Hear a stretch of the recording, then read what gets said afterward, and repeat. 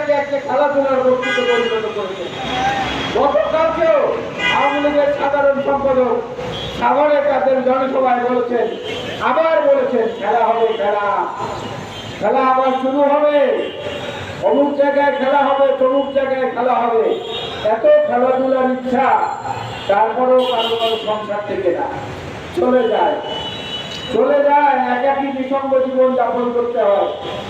এত যখন খেলাধুলা করার ইচ্ছা, রাষ্ট্রকে নিয়ে দয়া করে খেলবেন না, সাধারণ মানুষের জীবনকে নিয়ে দয়া করে খেলবেন না।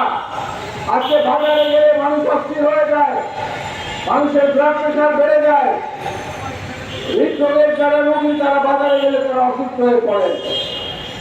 প্রত্যেকটি জিনিসের দাম মানুষের নাগালের বাইরে চলে গেছে। মানুষ দুবেলা ঠিক করে খাওয়ার জন্য যে প্রোটিন তার শরীরে দরকার, সেটা এখন সংগ্রহ করে খেতে পারে না।